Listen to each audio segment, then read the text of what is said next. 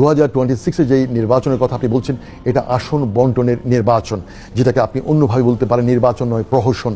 আসন ভাগাভাগি অলরেডি ফাইনালাইজের পর্যায়ে চলে গেছে, চূড়ান্তের পর্যায়ে। জামায়াতে ইসলামকে 80 আসন অলরেডি দেওয়ার জন্যে হাতে পায়ে ধরে বসে আছে। 80 আসন, 80, যেটাকে ইংরেজিতে বলা হয় 80 সিটস। আর চিলড্রেন পার্টি, যেটা ন্যাশনাল চিলড্রেন পার্টি, তাদেরকে 8টা সিট এখনো পর্যন্ত কনফার্ম করে রেখেছে। আর বিএনপিও চাইছে মেজরিটি তারা পাওয়ার নিতে। তবে আবারও বলে রাখছি, যিনি ক্ষমতায় আসুন, জামায়াতে ইসলাম, তারা হবে ওয়াচ ডগ। এই ওয়াচ ডগ বলতে অনেকে হয়তো বুঝবে না যে ক্ষমতার পেছনে যে মুগুর যে হাতে থাকা, এই মুগুরধারী হবে জামায়াতে ইসলাম। সুতরাং যারা আসবে 2026-এ, এটা একটা মিক্সড একটা কিছু আসবে। আর আমি আগেও বলেছিলাম জামায়াতে ইসলামকে যদি মেজরিটি দিয়েও এবার ক্ষমতায় বসানো হয়, Jamaate Islam is too smart, very smart. Jamaate ইসলামকে সেধে দিল, এবার আসবে না, এরা বসবে না, এরা বসতে চাইবে না। বাট 2028-এ জামাতকে পায়ে ধরে সেধেই তাকে দিতে হবে।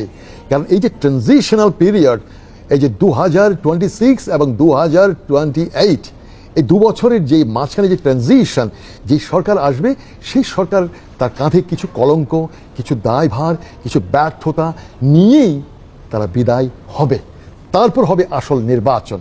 আর এই ট্রানজিশন পিরিয়ড গতবারও হয়েছে, সেই 1980-এ, আপনারা অনেকেই জানেন, 86 থেকে 88, আবার বিএনপির সময় একবার দেখেছেন 1996, তো 6 মাসের জন্য একবার এসেছিল।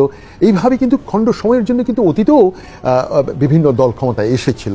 আর আপনি জাতীয় পার্টির কথা বলছিলেন, জাতি হেজড়া পার্টি, সেই গোলাম, আমি বলবো এ হলো দাদাদের চাটুকার, নির্লজ্জ একটা বেহায়া।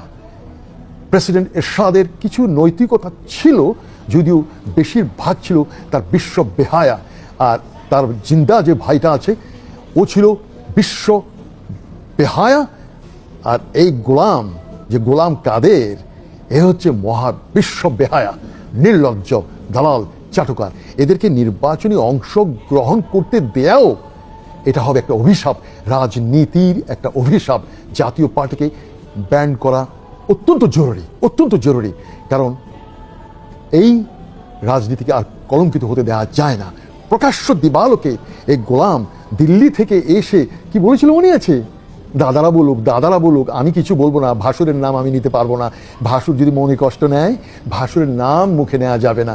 এই সেই গোলাম কাদের, হেজড়া কাদের কখনো আর রাজনীতিতে আসা উচিত না।